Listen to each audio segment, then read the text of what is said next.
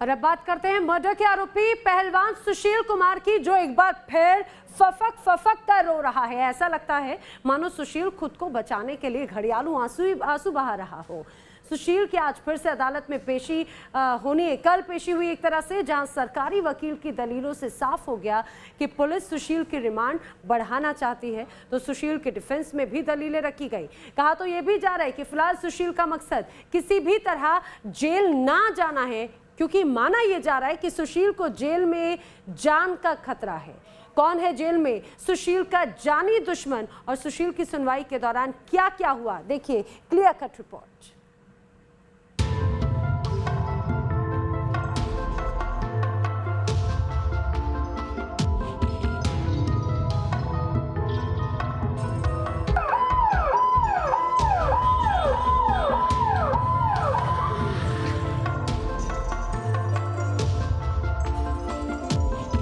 सुशील कभी सीना तान कर चलता था, वो सुशील आज मुंह छिपाकर निकलता है।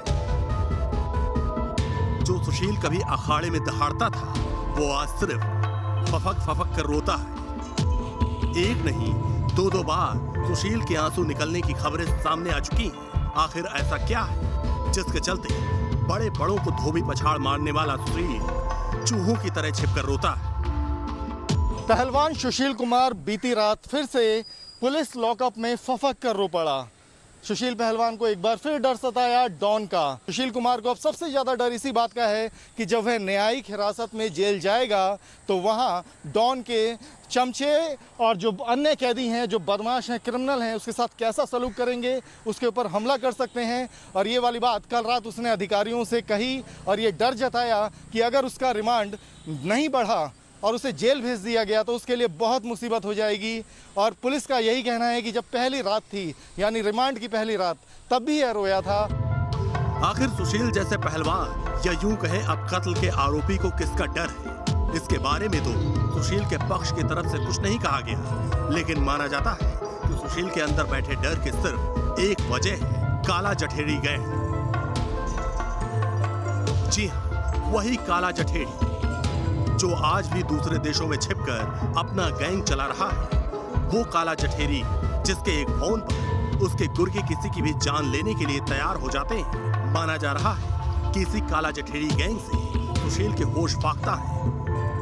दरअसल छत्रसाल स्टेडियम में जब सुशील और नीरज बवनिया के गुर्गों ने सागर धनखड़ पर हमला किया था, तो उस हमले में सोनू महाल नाम का पहलवान भी गंभीर रूप से घायल हुआ था। ये सोनू महाल गैंगस्टर काला जठेरी का रिश्तेदार है और इसी वजह से सुशील मानकर चल रहा है कि बदला लेने के लिए काला जठेरी जेल के अंदर सुशील के ऊपर हिट ऑर्डर कर सकता है। सुशील का डर सिर्फ काला जठेरी के गुर्गों तक सीमित नहीं है। दरअसल छत्रसाल स्टेडियम की वारदात से जेल के अंदर गैंगवॉर छिड़ने की भी आशंका है। सोनू महाल पर सुशील पहलवान ने हमला किया और सुशील पहलवान का साथ दिया नीरज बवानिया के गुंडों ने। वहीं लॉरेंस बिश्नोई ने इस घटना के बाद नीरज बवानिया से दूरी बना ली और वो एक बार फिर काला जठेरिया गैंग के करीब आ गया। यानी सुशील के नाम पर नीरज बवानिया और काला जठेरिया गैंग जोर आजमाइश करेंगे। ऐसे में दो गैंग की जंग में सुशील की बलि चढ़ सकती है। सुशील के अंदर घर कर चुके डर के साथ ही आपको ये जानना भी जरूरी है कि कानून के कटघरे में सुशील के साथ क्या होगा। आज अदालत में सरकारी पक्ष ने साफ कहा कि सुशील जांच में सहयोग नहीं कर रहा।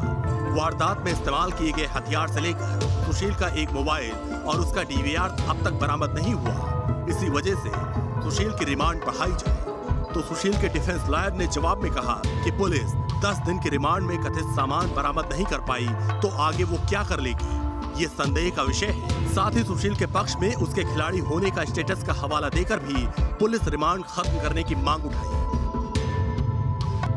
अदालत ने फैसला सुरक्षित रखा है और जब अदालत रिमांड पर फैसला सुनाएगी तभी साफ होगा कि अभी और कितने दिन सुशील के आंसू निकलेंगे या फिर सुशील चैन की एक सांस ले पाएगा। Team news nation.